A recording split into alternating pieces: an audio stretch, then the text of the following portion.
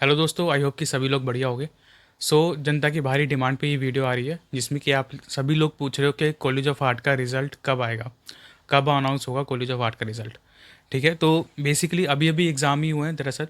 और college of art का जो रिज़ल्ट है आपका कब आएगा उसके बारे में आपको थोड़ी सी अपडेट देता हूँ इस वीडियो के अंदर। और कुछ इंपॉर्टेंट चीज़ों के ऊपर हम बात कर लेंगे। इस वीडियो को आपको पूरा देखना बहुत ज़रूरी है क्योंकि कुछ इंपॉर्टेंट चीज़ें हैं जिस पर आज हम बात करने वाले हैं इस वीडियो के अंदर। देखो, कॉलेज ऑफ आर्ट का जो रिज़ल्ट है ना आपका, बेसिकली हमेशा से 10 से 15 दिन के अंदर आ जाता है। जब आप एग्ज़ाम देते हो तब 10 से 15 दिन के अंदर आपका जो है रिज़ल्ट अनाउंस कर दिया जाता है। लेकिन इस बार जो है इन्होंने एग्ज़ाम जल्दी लिए हैं, तो रिज़ल्ट भी जो होगा ना वो जल्दी ही आएगा। ऐसा नहीं है कि ज़्यादा डिले होगा आपका रिज़ल्ट। तो आपका रिज़ल्ट जल्दी आ जाएगा। 10-15 दिन आप सोच सकते हो। और इवन जब आपने एग्ज़ाम दिया था 25-26 और आपकी आज 30 के करीब तारीख हो गई, 30-31 के करीब तारीख हो गई है आपकी। तो अभी जो है आपका बेसिकली 3-4 दिन हो गए हैं आपके रिज़ल्ट को, एग्ज़ाम को हुए हुए। तो आपका जो रिज़ल्ट होगा वो बेसिकली आपका ये लगा लो अभी 5-6-7 दिनों के अंदर आ जाएगा। तो ज़्यादा परेशान होने की आपको ज़रूरत नहीं है। आप ये लगा सकते हो कि अगस्त अभी स्टार्ट ही हो गया है, तो अगस्त के लास्ट 10 तारीख तक, उससे पहले पहले आपका रिज़ल्ट जो है आ जाएगा। हो सकता है कि थोड़ा बहुत डिले हो सकता है, लेकिन इसके चांसेस बहुत कम है। रिज़ल्ट आपका जल्दी ही अनाउंस होगा। अब आपका जो रिज़ल्ट आप लगा सकते हो कि 5 तारीख या 10 तारीख के बीच में आ जाएगा या थोड़ा और पहले भी आ सकता है। तो आपको तैयार रहना पड़ेगा कि रिज़ल्ट जैसे ही अनाउंस हो, आप अपनी फ़ीस वगैरह सब रेडी रख के फटाफट से भाग के जाओ, अपना एडमिशन करा लो। ऐसा मैं इसलिए कह रहा हूँ क्योंकि ये कुछ इंपॉर्टेंट चीज़ें हैं जो आपको पता होनी बहुत ज़्यादा ज़रूरी है।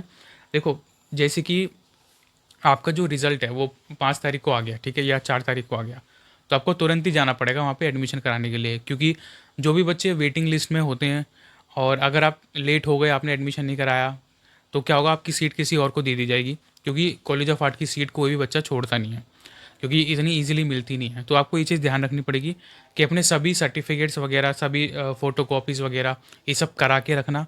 ठीक है, रेडी रखना सारी चीज़ें, जितने भी सर्टिफिकेट्स हैं, डॉक्यूमेंट्स हैं, सबकी फ़ोटो कॉपी ये सब करा के रखना, रेडी रखना सब कुछ। साथ साथ में जो भी आपकी फ़ीस होगी 25 से 30 हज़ार, जो भी अमाउंट होता है आपका, ठीक है, 25-26 के राउंड के अंदर जो भी अमाउंट होगा वो आपको रेडी रखना पड़ेगा, आपकी जो भी फ़ीस होगी। ऐसा नहीं है कि आप एंड टाइम पे आप जो है फ़ीस का इंतज़ाम कर रहे हो, तो आप पहले ही सब कुछ रेडी करके रखना। ठीक है, और जैसे ही आपका जो है अनाउंस होता है वैसे ही आपको जाना है।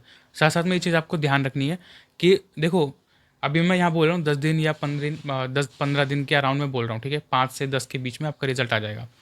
तो आपको ये चीज़ ध्यान रखनी है कि ऐसा नहीं है कि एग्जैक्ट यही होगा, यही होगा मतलब, ठीक है।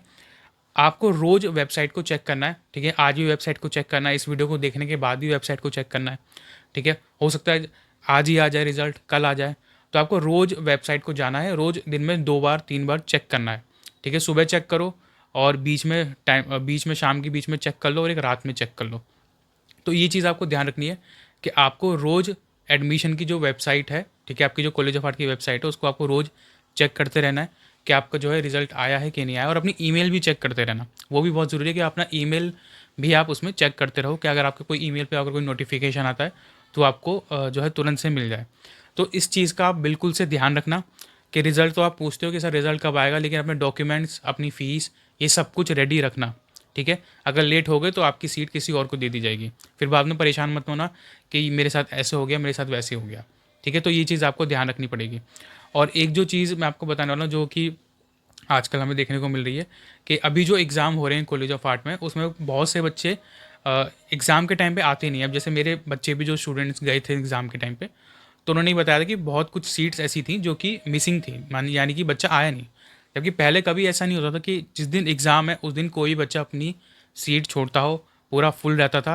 लेकिन अभी ऐसा हो रहा है 1-2 साल में, जब से CUT आया है ये, कि कुछ बच्चे जो है आते नहीं हैं। अब उसका रीज़न क्या है, वो क्यों नहीं आते, उसका हम ये जो रीज़न वो मैं बताता हूँ कि जो बहुत से बच्चे हैं जो कि पढ़ाकू बच्चे होते हैं और जिनको BFA नहीं करनी होती, जिनको आर्टिस्ट नहीं बनना होता, वो भी BFA भर रहे हैं। जैसा कि आप देख रहे हो कि बहुत सारे हज़ारों बच्चे आ रहे हैं। तो बहुत से बच्चे क्या हो रहे हैं कि वो सिर्फ एक्स्ट्रा में भर देते हैं BFA, कि चलो कहीं नहीं तो यही तो हो ही जाएगा, डिग्री तो है ही, डिग्री तो मिल ही जाएगी। और जैसा कि आप सभी जानते हो कि एज एन आर्टिस्ट आर्ट की फील्ड में काफ़ी सारी जॉब्स होती हैं।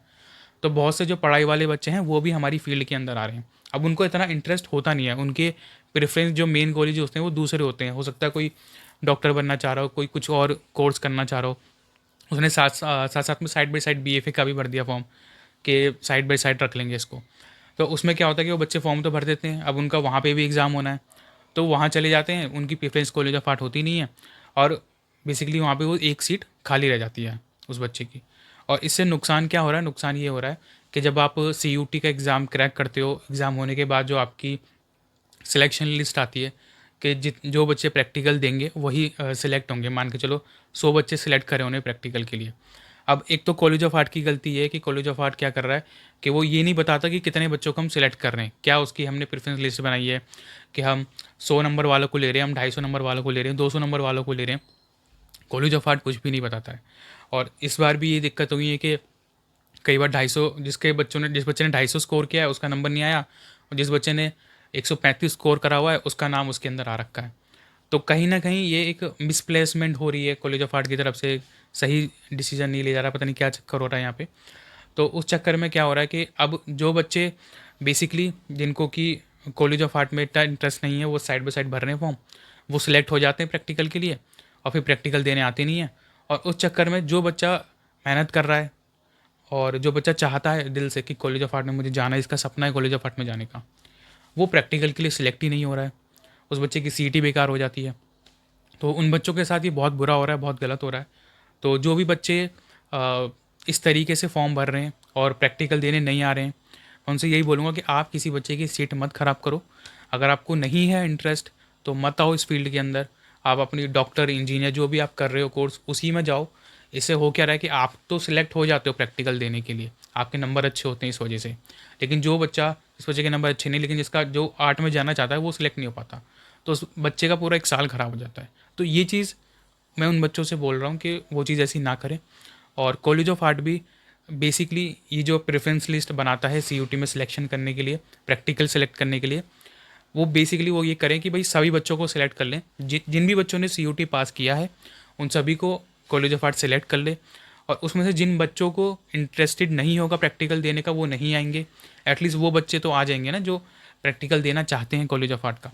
और इससे सिर्फ बच्चों का ही नहीं बल्कि कॉलेज का भी नुकसान हो रहा है, क्योंकि कॉलेज को वो सीरियस बच्चे नहीं मिलेंगे फिर, जो आर्टिस्ट बनना चाहते हैं। जो कॉलेज का नाम क्यों था इतने टाइम से, इसलिए था ना कि इतने बड़े बड़े आर्टिस्ट कॉलेज से निकले। और वो क्यों निकल पाए, क्योंकि वो सीरियस थे आर्ट को लेके। और अभी जो बच्चे आ रहे हैं वो पढ़ाकू बच्चे जो सीरियस नहीं है, जो प्रैक्टिकल का एग्ज़ाम देने तक नहीं आ रहे, वो आपके कॉलेज का कैसे नाम रोशन करेंगे। इस वीडियो का मेन पॉइंट यही था कि आपको रिज़ल्ट बता देना कि रिज़ल्ट आपका कब आ जाएगा। ठीक है, नहीं, ईमेल चेक करते रहना। साथ साथ में उन बच्चों को भी मैं बोलना चाहूँगा जिन बच्चों का एंट्रेंस अगर नहीं भी होता, रिजल्ट में सिलेक्शन नहीं होता, वो भी अपना जो है चेक करते रहें, क्योंकि बहुत से बच्चे जो सिलेक्ट होते हैं लेकिन सीट नहीं लेते, उनकी वेटिंग लिस्ट में आपका नाम, मतलब आपका सिलेक्शन हो जाता है। तो अपना ईमेल वगैरह ये सब चेक करते रहना। बेसिकली रिज़ल्ट के बाद की मैं बता रहा हूँ आपकी, ठीक है। और रिज़ल्ट आने के कुछ ही दिनों बाद आपकी जो है क्लासेस भी स्टार्ट हो जाएंगी, फिर आप कॉलेज में जा सकते हो अपना एग्ज़ाम देने के लिए। और जिन भी स्टूडेंट्स को बेसिकली जिनका इस साल रिजल्ट नहीं आ पाया, सीयूटी क्रैक नहीं हो पाया, जिनको अगले साल के लिए तैयारी करनी है, वो आप सभी हमारा न्यू बैच ज्वाइन कर सकते हो, जो अगस्त से आपका स्टार्ट हो रहा है बैच। उसको ज्वाइन करके अपनी एंट्रेंस की क्लासेस को और पक्का कर सकते हो, प्रैक्टिकल को और मजबूत कर सकते हो, ठीक है। उसमें आपको थ्योरी पेंटिंग सब्जेक्ट के लिए आपको हमारे पेड लेवल के नोट्स भी मिलेंगे, जिससे अपनी तैयारी और भी अच्छे लेवल पे आप जो है कर सकते हो। नीचे नंबर शो हो रहा होगा, आप इसमें मैसेज करके सारी डिटेल्स आप ले सकते हो, ठीक है। मिलते हैं फिर क्लासेस में, और बेसिकली बेस्ट ऑफ लक आप सभी को, आप सभी के रिजल्ट के लिए।